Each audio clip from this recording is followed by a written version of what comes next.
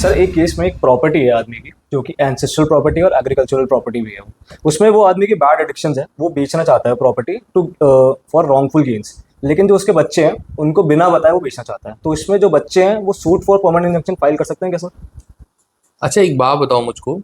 क्या वो प्रॉपर्टी किसके नाम पे है? आज के समय में म्यूटेशन हो चुका है, किसके नाम पे चढ़ी हुई है प्रॉपर्टी? सर म्यूटेशन तो हो रखा है, उनके पिताजी के नाम पे ये जिनकी प्रॉपर्टी है वो। अलग, उसको अलग खेती जोत बो रहे हैं, मतलब अलग डिवाइड हो चुकी है उनकी? नहीं सर, अभी डिवाइड तो नहीं हुई है। बच्चों में नहीं हुई है, पर आगे उनके भाइयों में डिवाइड हो चुकी है। जी, उनके भाइयों में डिवाइड हो गई। देखिए, सबसे पहले तो हमें समझना पड़ेगा कि एंसेस्ट्रल प्रॉपर्टी क्या है।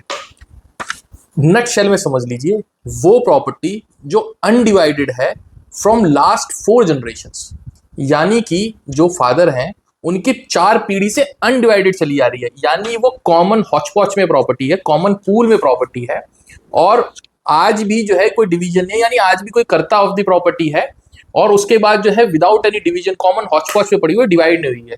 The moment property is divided, यानी कि एग्जाम्पल लीजिए, जो बेचना चाह रहे हैं प्रॉपर्टी, उनके फादर या तो डिवाइड करके गए या उनके एक्सपायरी के बाद बच्चों ने आपस में डिवाइड कर दी, तो वो अब एंसेस्ट्रल प्रॉपर्टी नहीं रही। इवन दो वो आगे पीढ़ी से चली आ रही है, यानी 4 फादर्स प्रॉपर्टी है, उससे पहले भी चली आ रही है, but the moment it has been divided equally among the legal heirs, और आज उनके नाम पे म्यूटेशन चढ़ी हुई और अलग से वो खेती जोत बो रहे हैं, इसका मतलब आज के समय में कॉमन हॉचपॉच नहीं है, यानी 4 जनरेशन तक आज कॉमन नहीं चली आ रही है, उनके नाम पे ऑलरेडी डिवाइड हो चुकी है। The moment the property is divided और उनके नाम पे म्यूटेशन हो जाती है, वो एंसेस्ट्रल प्रॉपर्टी नहीं रहती है, अब वो एब्सोल्यूट ओनर बन चुके अपनी प्रॉपर्टी में।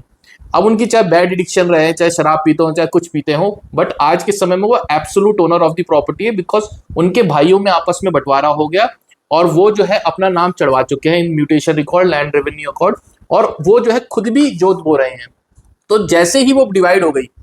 मरणोपरांत यानी उनके एक्सपायरी के बाद तो बच्चे क्लेम कर सकते हैं, पर अगर वो अपने जीते जी बेचना चाहें तो उस पर कोई लीगल राइट्स जो है लीगल हेयर्स का नहीं स्टैब्लिश होता है, क्योंकि ऑलरेडी प्रॉपर्टी उनके नाम पे चढ़ी हुई है। हमारे मिसकंसेप्शन होती है कि बच्चा पैदा हो गया, वो फादर को क्लेम कर सकता है प्रॉपर्टी, वो फादर की एंसेस्ट्रल प्रॉपर्टी को बेचने से रोक सकता है, वो फादर की प्रॉपर्टी पे कुछ क्लेम कर सकता है, नहीं कर सकता है। अगर वो फादर के नाम पे चढ़ी हुई है, बेशक वो एंसेस्ट्रल प्रॉपर्टी है, 4 फादर्स प्रॉपर्टी डिवाइड होकर अगर उनके नाम पे आ चुकी है, कॉमन हॉचपॉच में प्रॉपर्टी नहीं है, तो अब एंसेस्ट्रल नहीं बची है, आप वो बच्चे जो हैं उसको क्लेम नहीं कर सकते, चाहे वो उसको यूज करें, मिसयूज करें, कुछ भी करें, अपनी इच्छा से देना चाहे तो दे सकते हैं, अदरवाइज बच्चों का कोई टाइटल नहीं है उस प्रॉपर्टी में।